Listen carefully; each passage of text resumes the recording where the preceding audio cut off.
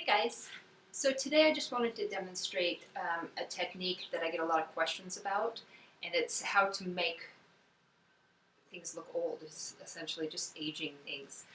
And this is one of my favorite techniques, and I use it a lot. So I'll just show you how to do it. It's really, really easy. So you can see that I've just painted, and I tend to use really bright colors. Colors that don't even match are actually end up being really good for this particular technique. So make sure it's painted and ready to go.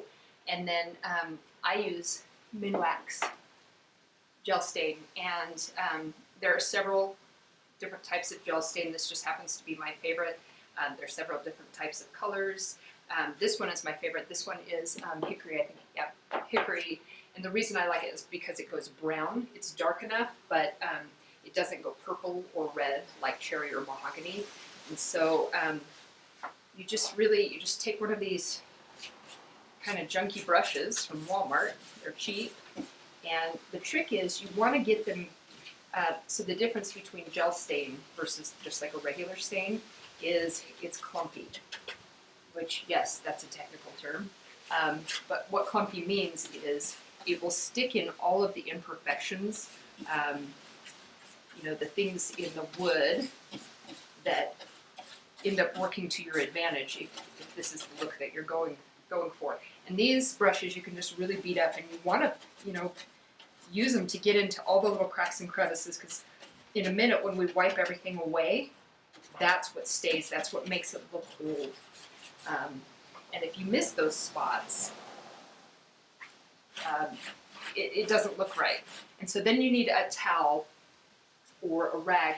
And the trick is I use all sorts of things. I've even used just paper towels when I'm in a hurry. But the trick is you need it to be clean. Otherwise it'll just kind of smear more stain around. And what we're doing now is removing it. You see? And so that bright green that perhaps maybe some people might look at and go, oh no, that doesn't look good.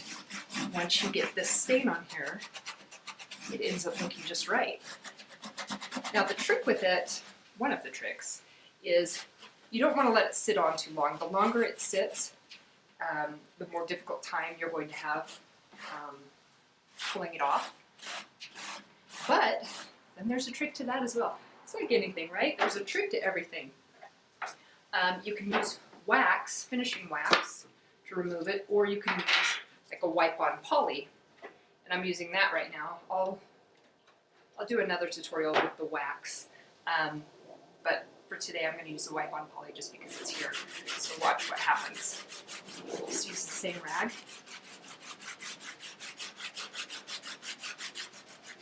You can remove as much as you'd like. I mean, you can't take it all off, but that's the point, right? But if you get too much on there and you're like, oh, I don't like that, it's a little too dark for me, you can take it off immediately or lighten it immediately with this poly. So I say this a lot, and it is really true with this particular part of the process that I use in finishing these things, and that is it's a process of becoming rather than enforcing or creating. Like, instead of, I don't ever approach any of this with an idea of like, oh, I have a vision and it has to be exactly how I envision it to be. It's not like that at all. I just kind of get an idea and I start, and the entire process kind of follows the same vein, and that is I want to help it become what it's meant to be. And when I do that, instead of being frustrated when the stain doesn't take the way that maybe I wanted it to, I don't struggle with that at all. I just look at it and go, oh, okay, that's the way it's meant to be, and I move on. And it always ends up turning out great. So then you can take this, this is Wipe-On Poly from Minwax. This one is another one of my favorites. So if I think I put too much stain on there, or I just want to change it a little bit, and look, see, this piece is broken. But I'm not worried about it, because that's just the way it's meant to be. So I'm going to take my brush and I'm not going to sand it or do anything. I'm just going to assume it's supposed to be that way for a reason.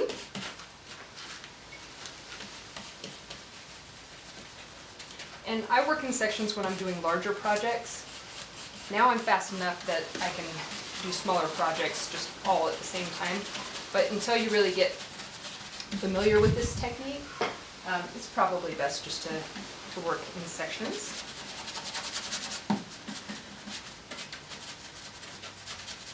And see how I'm just kind of like scrubbing the wood.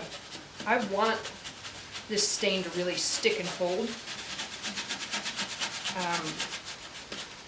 Where the different tiles meet, and also like in the nail holes and in just kind of the natural imperfections of the wood.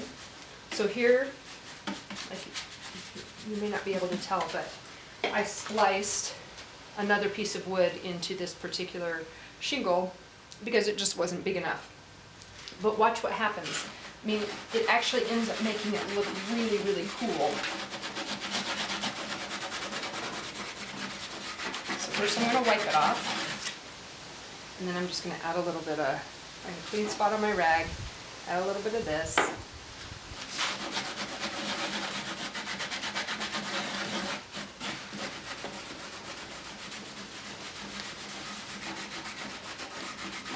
See that? So it's not that I hid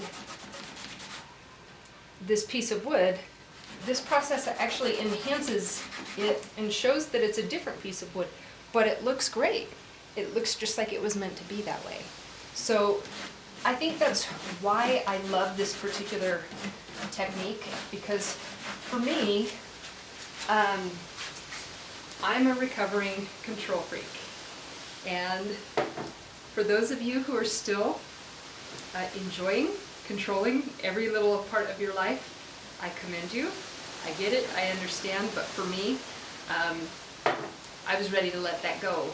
And it sounds silly, it may sound silly, but this was one of the things, the exercises that helped me understand that I don't need to control everything, that there are things that need to become what they're meant to be rather than what I insist they should be.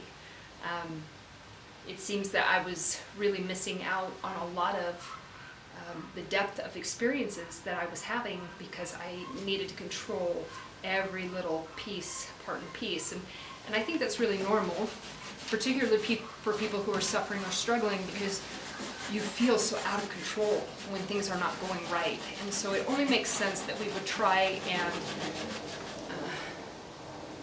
control more of what we know we can. But the bottom line is, of course, we can't control, not really,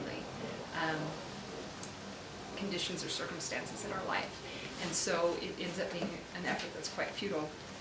So for me, this was one of the processes that helped me just let go of my need to control and accept that there was something beautiful beyond what I could see or envision at the moment. So separate from that, this is just a fabulous technique to age something. So if you have any more questions about this, let me know, and have a great day.